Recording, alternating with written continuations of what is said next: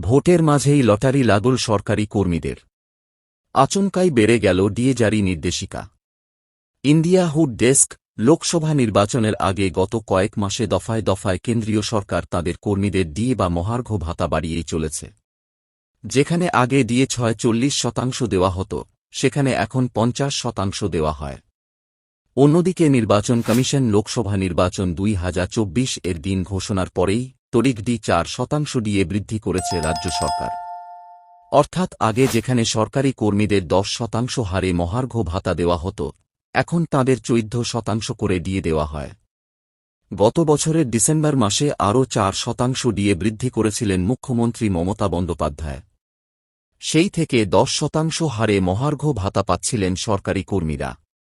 তবে লোকসভা নির্বাচনের আবহেই আবার রাজ্যের সরকারি কর্মচারীদের ডিএ বাড়ানো হল। হ্যালো ভিউয়ার্স, আমি আবু তাহে। আপনা দেখছেন আমার YouTube channel Indian Bangla info.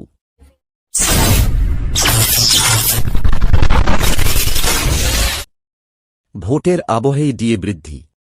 নিয়ম অনুযায়ী নির্বাচন চলাকালীন কোনো রাজ্যে মহার্ঘ ভাতা বৃদ্ধি হয় না।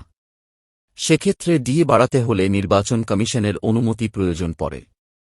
তবে এই সবের মাঝেই লোকসভা ভোটের আবহে সরকারি কর্মীদের ডিএ বৃদ্ধির ঘোষণা করা হল অর্থ দপ্তরের তরফ থেকে। তবে সেটি পশ্চিমবঙ্গে নয়।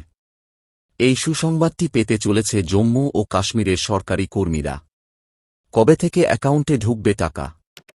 নির্বাচনী ভোটের আগেই কেন্দ্রীয় সরকারি কর্মীদের ডিএ বাড়িয়ে 50% করা হয়েছিল এবং বলা হয়েছিল চলতি বছর জানুয়ারি থেকে কার্যকরী হবে সেটি।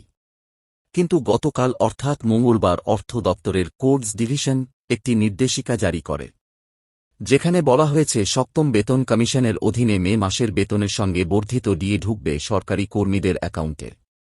পাশাপাশি জানুয়ারি থেকে এপ্রিল মাসের বকেয়া মহার্ঘ ভাতাও দেওয়া হবে সরকারি কর্মীদের। তবে সরকারি কর্মীদের মহার্ঘ ভাতা পুরোপুরি শূন্যে নামানো হবে কিনা তা এখনও পরিষ্কার নয়। আশা করা হচ্ছে জুলাইয়ে যখন চূড়ান্ত পরিসংখ্যান সামনে আসবে, তখন পরিস্থিতি কিছুটা পরিষ্কার হতে পারে। তখন ডিএ বৃদ্ধির বিষয়টি অনুমোদিত হলে পুরোপুরি স্পষ্ট হবে। বাছাই করা গুরুত্বপূর্ণ খবর পেতে আমার ইউটিউব চ্যানেলে যুক্ত থাকুন।